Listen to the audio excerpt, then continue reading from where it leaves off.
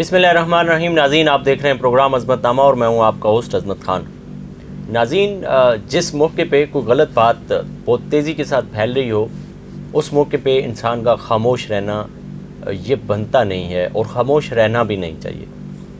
आपने सुना होगा, कल एक अंदोनाक खबर मौलाना तारिक जमील साहब के हवाले से आई कि उनके जवां साल बेटे ने ख़ुदकुशी कर ली है, उसको गोली लग गई है। बाद लोगों ने कहा कि उसको टारगेट किलिंग का निशाना बनाया गया है, नामालूम अफराद ने जो है वो उनको कत्ल किया है।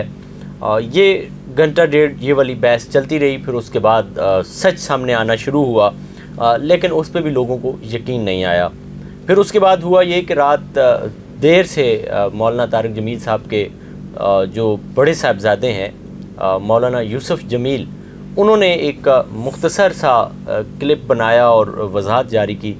आप तसव्वुर करें कि एक शख्स में एक घर में एक जवान शख्स की लाश पड़ी हो और वो भी अचानक हादसाती मौत हो, और उस घर के शख्स को किसी एक शख्स को या उसके बड़े भाई को वजाहत देनी पड़े। ये कितनी कर्बनाक सूरत हाल हो सकती है कि एक घर में मैयत है, गम उस घर में है और फिर एक शख्स को वजाहत देनी पड़े।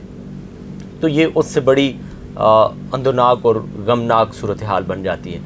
मौलाना यूसुफ जमील ने जो वजाहत दी है उसमें उन्होंने कहा है कि उनके भाई आसिम जमील जो थे वो ज़हनी दबाव का शिकार थे, ज़हनी मरीज़ थे। डॉक्टरों ने कह रखा था कि इनको इनके करीब जो है वो कोई आतिशी चीज़ नहीं छोड़नी, असला इनके करीब नहीं छोड़ना।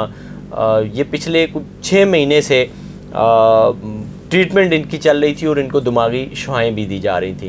तो गुज़श्ता रोज़ उन्होंने क्या किया कि सिक्योरिटी गार्ड से वेपन लिया और ख़ुद को गोली मार ली।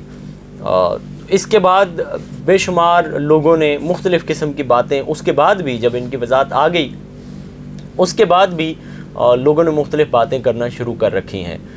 मेरे ख़्याल में जब कोई शख्स दुनिया से चला जाए, हदीस का मफ़हूम भी ये है कि उसके पीछे बातें नहीं करनी चाहिए, क्योंकि अब उस शख्स का और अल्लाह ताला का मामला शुरू हो चुका है, लोगों से उसका मामला ख़त्म हो चुका है। अब उससे उसका सवाल हो रहा होगा, आपसे नहीं होना। तो बेहतर ये है कि नाज़रीन आप भी इस बात पे इक्तिफ़ा करें कि उनके घर वालों ने जो वजाहत दे दी है वो वजाहत काफ़ी है। उसके बाद आएँ बाएँ शाएँ इधर उधर की बात बनती नहीं है। अब एक घर वाले कह रहे हैं कि उनके बाकी बेटे भी हैं और ये बेटा भी था और ये ज़हनी तौर पे अब नॉर्मल था और इसकी ट्रीटमेंट चल रही थी, डॉक्टरों ने कह रखा था दिमागी शुआएँ लग रही थी। तो ऐसी सूरत में अगर उसने ख़ुदकुशी कर ली है तो ये उनके ख़ानदान के लिए एक बहुत बड़ा सदमा है। और इस उनके बेटे यूसुफ जमील की वजाहत से कबल ख़ुद मौलाना तारिक जमील साहब का ट्वीट भी आ गया था, जिसमें उन्होंने ये ज़िक्र कर दिया था कि उनके साथ इस तरह का वाक़या पेश आया है और सब लोग उनके लिए दुआ करें।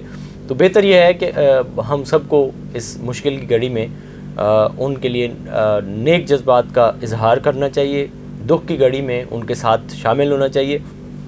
अल्लाह ताला इस मौके पे मौलाना तारिक जमील साहब को सब्र जमील अता फ़रमाए, उनके रफ़ाक़ाए कार को, उनके अहले खाना को इस जवां साल बेटे की रहलत पर अपने शान शयान सब्र जमील अता फ़रमाए और हम सब को भी हिदायत नसीब फ़रमाए कि हम इस तरह की मुश्किल घड़ी में भी लोगों का मजाक ना उड़ाएँ। इसी के साथ अपने मेज़बान अज़मत खान को दीजिए इजाज़त। अल्लाह ने के बाद।